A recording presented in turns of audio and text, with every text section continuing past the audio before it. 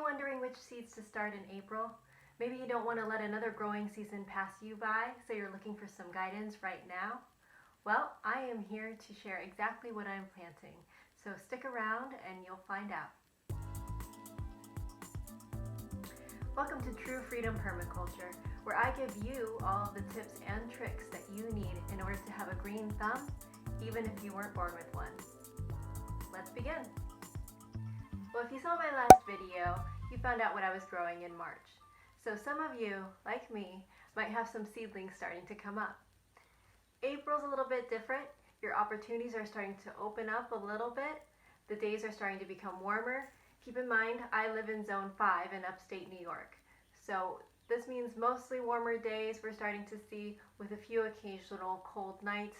You'd still have the risk a little bit of having some of those freezing nights that can catch you off guard.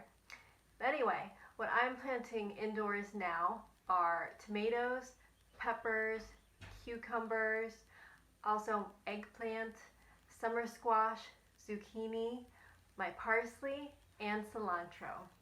So that is what I'm starting indoors.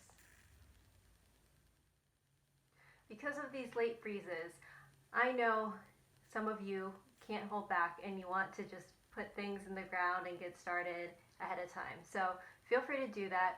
But what I would suggest doing is to hold on to a couple of those seedlings and keep them inside, just as an insurance policy, in case you do get one of those surprise nights where it gets colder than you thought. You still have some as a backup. Outside, what I'm sowing are beets, carrots, some radishes, also some spinach, calendula, lettuce, kale, and columbine. And these crops not only do okay in the colder weather, but some actually benefit from being in the colder weather prior to germination. And here's an extra tip. If you put a layer of mulch over your beds, like I do for the winter, before you seed, make sure you gently push a lot of that to the side. Imagine how hard it would be for something to germinate and a seedling to come up through, a few inch layer of mulch.